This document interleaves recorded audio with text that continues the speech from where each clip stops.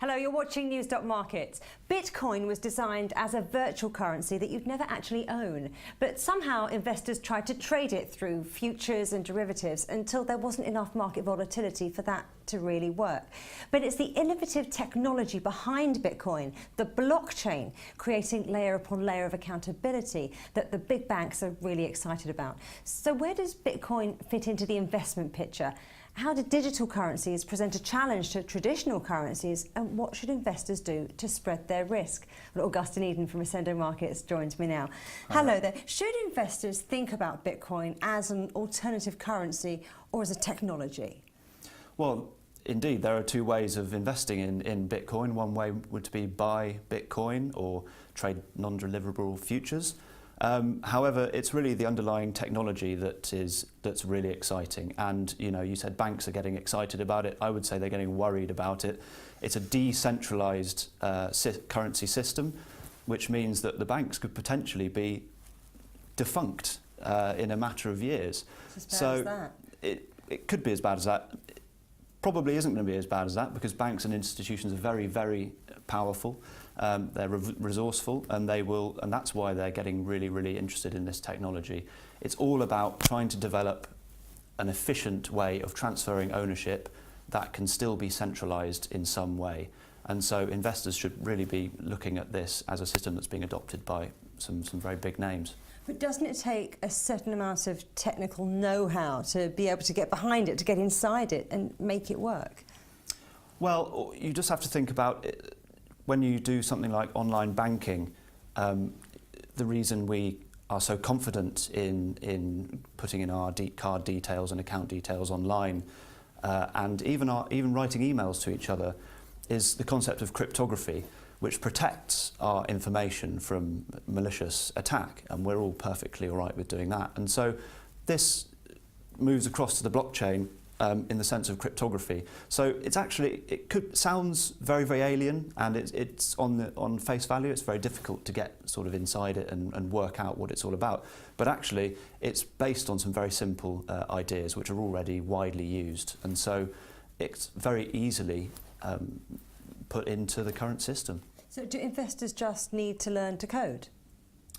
No, they don't even need to learn to code. It's a trust issue at the moment, we're dealing with a situation where whoever makes the most market noise is going to get heard. And so on one hand, you've got the banks, who for years everybody has trusted, the big institutions. A little bit of a wobble recently with Greece. Little bit of a wobble? To say the least. You've also had a massive financial crash in 2008. There's very little trust in the banks now. The banks are still shouting very loudly, but we do have these, well, for all intents and purposes, geeks, who've come along with this new technology. And of course, to start off with, people were thinking about Bitcoin, the asset class, and the sort of alternative currency, the idealistic view of it. Now they're thinking, wow, this is an alternative to what we've got now, which we don't really trust. So the geeks are going to start making a bit more noise, I think. Let's take a look at what Bitcoin's been doing, because you talked about trading it, you talked about that volatility. There are some opportunities there, aren't there? Yes, there are still opportunities. One big thing with traders was trading non-deliverable futures, obviously, but also cross-exchange arbitrage. So Bitcoin is traded on many different exchanges throughout the world. You may be familiar with Mt. Gox, which was liquidated, and all its resources were seized by the US Fed. But cross-exchange arbitrage leverages the difference in the Bitcoin price between two exchanges, so you can buy it on this exchange and sell it on this one and make a profit. So that's one strategy that's been used a lot of late. It's less popular now. And even the futures, with the volatility has gone down. It is still there.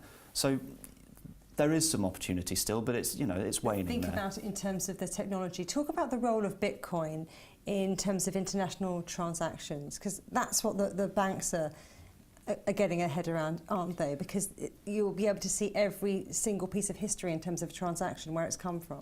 Exactly, every single piece of history and every single every single transaction that's been made by everyone. It's like one big bank account that everyone is a part of. And the main advantage is that, you know, the current system is still based on a physical transfer of a physical good. Let's call it gold. You know, if I wanted to give you £20, your bank would get some of your gold, it would put it in a cart with some horses and take it over to my bank, drop that off. My bank would say, right, this is Augustine's gold, we'll add it onto his list. So the system now is still based on that, but we're not moving anything physical, you know. So interest rates are still paid on a daily basis. You know, everything is summed up together at the end of the day, and then the next stage is moved on to. So with Bitcoin and the blockchain exists in the cloud. And so everyone's got instant access to it. This means settlement can happen within minutes instead of hours and days or even weeks. You know, your credit card transactions appear almost instantly. Foreign exchange, almost instant. You know, you can do it at the exchange rate there. The transaction costs are going to be so much lower. It's going to be so much more efficient. And, you know, you're making a big mistake not taking note of it.